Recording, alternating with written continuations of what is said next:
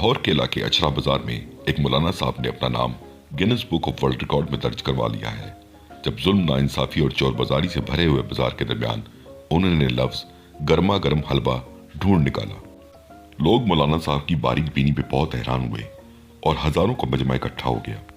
मौलाना साहब के साथ 8 अदद लौंडे लपाड़े भी थे, जो इस बात पे बहुत शर्मिंदा थे कि पिछली दफा भी उन्होंने ईद की नमाज घर पे ही पढ़ी है।